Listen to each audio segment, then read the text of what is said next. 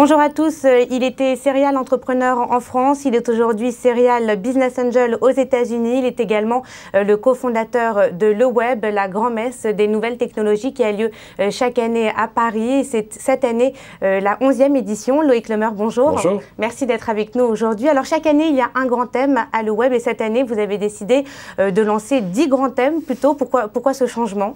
Tout simplement, il y a tellement de tendances dans l'explosion des nouvelles technologies et des startups, surtout dans la Silicon Valley bien sûr. J'ai voulu que ce soit un peu plus large et puis surtout ce sont des thèmes qu'on a déjà traités comme l'économie du partage, j'essaie de le dire en français, les objets connectés ou alors le maker movement, c'est-à-dire que c'est toutes ces startups qui créent des objets de plus en plus physiques et c'est très difficile de les ignorer puisque ces thèmes sont encore là. Donc on va avoir oui une dizaine de grands thèmes qu'on va suivre d'année en année.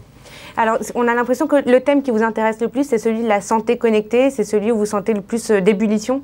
Oui, il y a énormément d'investissements qui se trouvent vers les startups au niveau de la santé, de tout ce qui est évidemment autour de la mesure de ce qui se passe autour de votre corps, avec des objets connectés bien sûr. On en parlait avec des objets qu'on avale peut-être, pourquoi pas, mais aussi des startups qui mesurent tout ce qui se passe au-dessus de votre corps et vous fait des recommandations sur ce que vous devriez manger, essayer de prévoir les futures maladies que vous pourriez avoir.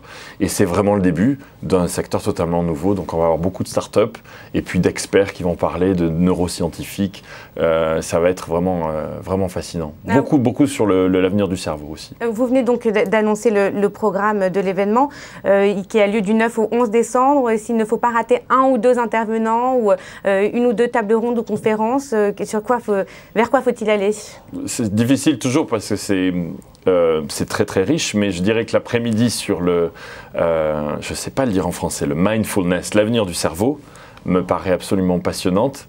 On va avoir un neuroscientifique qui travaille sur le cerveau. Il va vous montrer et faire une démo en temps réel d'une représentation de votre cerveau en 3D en utilisant les casques Oculus qui ont été rachetés par Facebook. Et donc vous avez des électrodes sur la tête et quand vous pensez ou que vous changez d'état mental, vous allez pouvoir visualiser votre cerveau en temps réel. Ça, c'est absolument fascinant. Et puis, plusieurs startups qui vont se lancer autour de la méditation, autour du contrôle de son cerveau. Moi, je trouve que c'est fascinant. Il ne faut pas rater ça. Et puis, sinon, l'économie partagée, à mon avis, c'est toujours ce qui est très intéressant. Et chaque année, vous sélectionnez aussi une vingtaine de startups qui vont donc présenter leurs projets dans le cadre d'une compétition, des startups internationales. Vous avez un ou deux chouchous? Non, parce que cette année, on a une innovation, c'est-à-dire qu'on a fait plusieurs villes. Et donc, ça c'est encore en train de se produire. Donc, Paris, Berlin, et là, on va à Barcelone. Donc, on fait un peu... le web se balade un peu partout en Europe. Et donc, je ne peux pas vous dire ça encore parce qu'on n'a pas encore fini ce tour. Mais ça va être la clôture de le web et il y a énormément d'activités, bien sûr, avec des startups essentiellement européennes et beaucoup de Français là.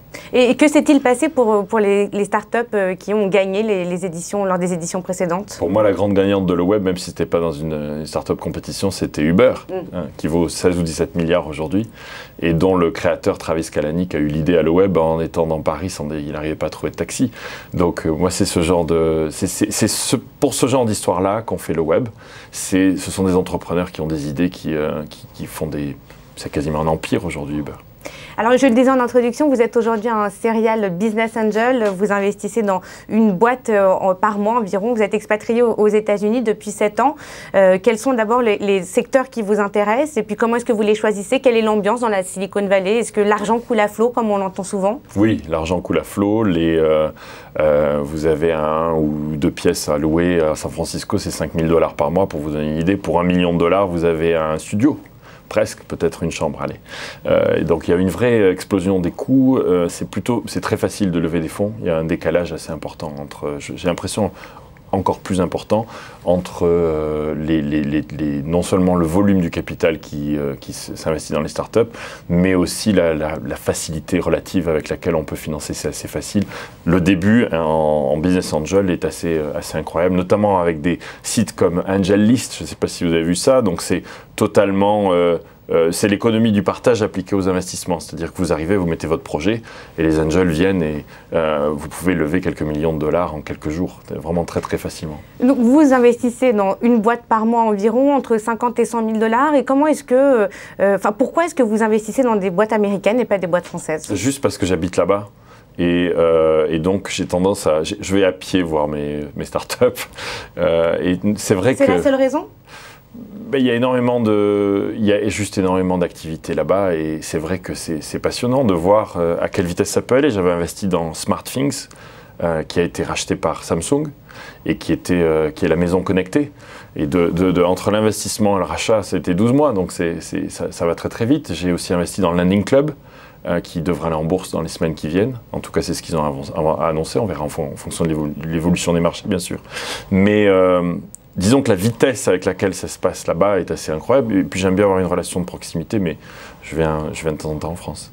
Puisqu'on parlait aussi de l'argent qui coule à flot, est-ce qu'on peut déjà parler peut-être d'un semblant de bulle Internet, à votre avis? Je crois pas. Je pense qu'il faut regarder évidemment les ratios. Vous en avez certaines entreprises dont j'étais angel d'ailleurs, comme LinkedIn, qui ont des ratios de 700-800 fois, 900 fois les profits. Donc là, oui, je pense que c'est démesuré. Mais si vous regardez Facebook, je trouve que c'est somme toute assez raisonnable. Parce que les résultats qui sont annoncés, même s'il y a eu une petite déception hier, ou cette semaine, sont en très forte croissance. Et donc non, je crois pas qu'on puisse parler de bulle. Il y a peut-être une bulle au niveau du ce qu'on appelle le early stage, les fonds d'amorçage. Voilà, c'est peut-être un peu beaucoup. Et est-ce que vous avez le projet de relancer une boîte, soit en France, soit aux États-Unis? Mais ça fait 20 ans que j'ai le projet de relancer une boîte. Donc oui, mais j'avoue que je suis assez pris par le fait d'aider les entrepreneurs avec lesquels je travaille, le web bien sûr. Et puis, j'ai pas encore trouvé de projet. Je cherche autour de... Je suis complètement passionné de méditation depuis 1 an, depuis que j'ai fait une retraite de 10 jours complètement dans le silence. Et j'essaie de chercher un lien avec la technologie, j'ai trouvé, puisqu'il y a pas mal de startups. Mais j'avoue que j'ai pas encore trouvé de projet qui me passionne au point d'être à 300% comme quand on est un chef d'entreprise qui démarre.